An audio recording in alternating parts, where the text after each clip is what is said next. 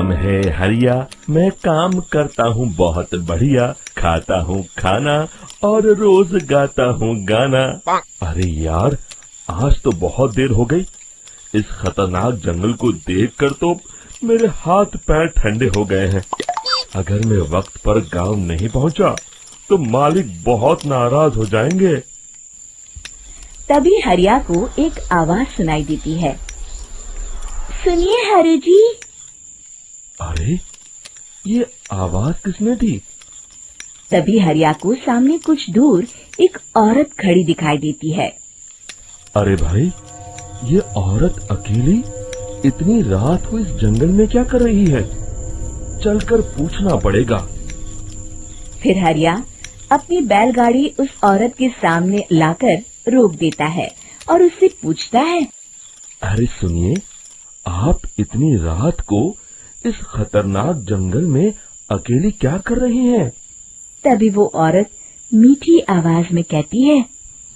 अरे हरु जी, आप आ गए। मैं कब से आपका इंतजार कर रही थी। वैसे तो यहाँ से काफी लोग गुजर चुके हैं, लेकिन मैं खास आपका इंतजार कर रही थी। अच्छा, तुम सच कह रही हो? मुझे तो यकीन नहीं हो रहा है। वो क्या है ना, आज तक किसी ने मुझसे इतने प्यार से बात नहीं की। हाँ हाँ हरु जी, मैं सच कह रही हूँ। अब देर मत करिए और जल्दी से मुझे मेरे घर तक छोड़ दीजिए। हाँ हाँ, कौन सी बड़ी बात है, अभी छोड़ देता हूँ। आप मेरे पीछे बैलगाड़ी में बैठ जाइए और मुझे रास्ता बताते चलिए।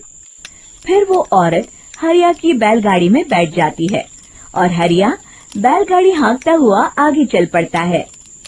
फिर उस औरत के बताए हुए रास्ते पर चलते चलते हरिया बैलगाड़ी लेकर एक काली गुफा के आगे आकर रुक जाता है। हरिया उस औरत से पूछता है। हाँ देवी जी, आपका घर कहाँ है? यहाँ तो एक गुफा के अलावा और कुछ नहीं है। तभी अचानक वो औरत हवा में उड़ने लगती है। देखते ही देखते उसका सुंदर रूप एक डरावनी चुड़ैल में बदल जाता है और वो जोर जोर से हंसती है। अरे तू तो एक नंबर का बेवकूफ निकला। तू तो बड़ी आसानी से मेरी बातों में आ गया। अरे मर गया रे, ये तो एक चुड़ैल है। हे भगवान बचा ले, ये तो बड़ी डरावनी दिखाई दे रही है। और फिर अगले ही पल हरिया की बैलगाड़ी में रखा सारा सामान हवा में उड़ता हुआ उस काली गुफा के अंदर चला जाता है और वो चुड़ैल भी उस गुफा के अंदर जाकर कहीं गायब हो जाती है। हरिया ये नजारा देख बुरी तरह घबरा और परेशान हो जाता है। अरे, ये चुड़ैल तो मेरा सारा सामान लेकर गुफा में गायब हो गई। अब क्या होगा? अगर मैं गांव खाली हाथ गया तो मालिक मेरी अच्छी खबर लेंगे। मेरी इस बात का कोई यकीन भी नहीं करेगा। फिर आखिर वही हुआ। हरिया के मालिक चंपक सेठ को हरिया की किसी भी बात पर रत्ती भर भी यकीन नहीं हुआ। चंपक सेठ को लगा हरिया झूठ बोल रहा है और उसने ही लालच में आकर सारा सामान हड़प कर लिया है। फिर हरिया को बेईमान समझकर चंपक सेठ उसे काम से निकाल देता है। अगले दिन अपनी दुकान में परेशान बैठा चंपक सेठ गुस्से में बड़बड़ाता है। अरे, दुकान में तो सामान बिल्कुल भी नहीं है। अब मुझे ही शहर जाकर सामान लाना होगा। फिर वो अपनी बैलगाड़ी लेकर शहर चला जाता है। शहर से सामान लेकर जब चंपक सेठ वापस गांव लौट रहा होता है, तभी उसे एक आवाज सुनाई देती है। चंपक जी, ओ चंपक जी। अरे, ये तो कोई मेरा नाम लेकर मुझे पुकार रहा है। फिर उस रास्ते में वही औरत खड़ी दिखाई देती है। फिर क्या था, हरिया की तरह चंपक सेठ भी उस औरत के पास अपनी बैलगाड़ी लेकर जाता है और वो भी उसकी चिकनी चुपड़ी बातों के मोह जाल में फंस जाता है। फिर चुड़ैल उसे भी अपनी गुफा तक ले जाती है और उसका सारा सामान लेकर गुफा में गायब हो जाती है। बेचारा चंपक सेठ लाचार होकर खाली हाथ गांव लौट आता है। फिर ये उस जंगल में रोज की बात हो जाती है। जो कोई भी शहर से कुछ लेकर गांव की तरफ लौटता, वो चुड़ैल उसे बेवकूफ बनाकर उसका सारा सामान लेकर गुफा में गायब हो जाती। एक दिन हरिया एक लकड़हारे को उसी जंगल की तरफ जाते हुए देखता है। फिर हरिया उसे रोकते हुए कहता है, अरे भाई, क्यों अपनी मौत को दावत दे रहे हो? मेरी बात मानो, आगे जंगल में मत जाओ, वहाँ एक बड़ी भयानक चुड़ैल रहती है। लकड़हारा हरिया की बातों को नजरअंदाज करते हुए कहता है, अरे भाई, मुझे पहले ही बहुत देर हो चुकी है, मुझे जाने दो भाई। शाम तक लकड़ियाँ काट कर शहर के बाजार में बेचना है। तुम अपनी ये कहानी किसी फुर्सत में बैठे इंसान को सुनाओ, मैं तो चला। इतना कहकर लकड़हारा वहाँ से आगे जंगल की तरफ चला जाता है। फिर अगले दिन गांव के मुखिया के घर के बाहर बहुत सारे लोग जमा हो जाते हैं। तभी हाथ में कुल्हाड़ी लिए खड़ा लकड़हारा कहता है, अरे मुखिया जी, अब आप ही हमें बचाइए उस जंगल वाली चुड़ैल से।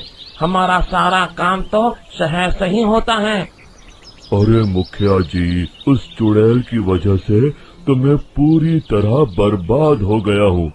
हम सबको मिलकर उस चुड़ैल का कोई इलाज करना पड़ेगा। तभी भीड़ में खड़ा वीरा कहता है, आप लोग चिंता मत करिए, कल से वो चुड़ैल किसी को नहीं लूट पाएगी। मेरे पास एक बहुत अच्छी तरकीब है। तभी चंपक सेठ उसका मजाक उड़ाते हुए कहता है, अरे तेरा नाम वीरा है तो क्या हुआ? तूने अभी उस चुड़ैल को देखा नहीं है? जाकर अपना काम कर, बड़ा आया। तब मुखिया जी कहते हैं, नहीं चंपक सेठ, मुझे लगता है हमें इस लड़के को एक मौका देना चाहिए। फिर सभी गांव वाले मुखिया जी की बातों से सहमत हो जाते हैं और वीरा शाम को एक बैलगाड़ी में कुछ सामान लादकर उस जंगल की ओर चल देता है। वीरा, ओ वीरा, कहाँ जा रहा है? तभी वीरा मुड़ के देखता है, वही चुड़ैल एक औरत के रूप में खड़ी है। अरे बहन जी, मैं आपको ही ढूंढ रहा था। देखिए, मैं आपके लिए क्या लाया हूँ। है? अरे वाह, तो खुद मेरे लिए इतना सामान लाया है। तू ही अकेला गांव में समझदार है। जरा देखो, मैं भी खोल के, बड़े भूख लगी है। जैसे ही चुड़ैल उस सामान पर से कपड़ा हटाती है, एक भगवान शिव की तेज रोशनी उसके अंदर मूर्ति से निकलती है और चुड़ैल अपने असली रूप में आकर जलने लगती है। अरे मैं जल रही हूँ, बचाओ! बचाओ! ओम नमः शिवाय, मर गई मैं! देखते ही देखते वो चुड़ैल राख के साथ उड़ जाती है और सभी गांव वाले भी वहां आ जाते हैं। शिक्षा बुराई पे सदा अच्छाई की ही जीत होती है।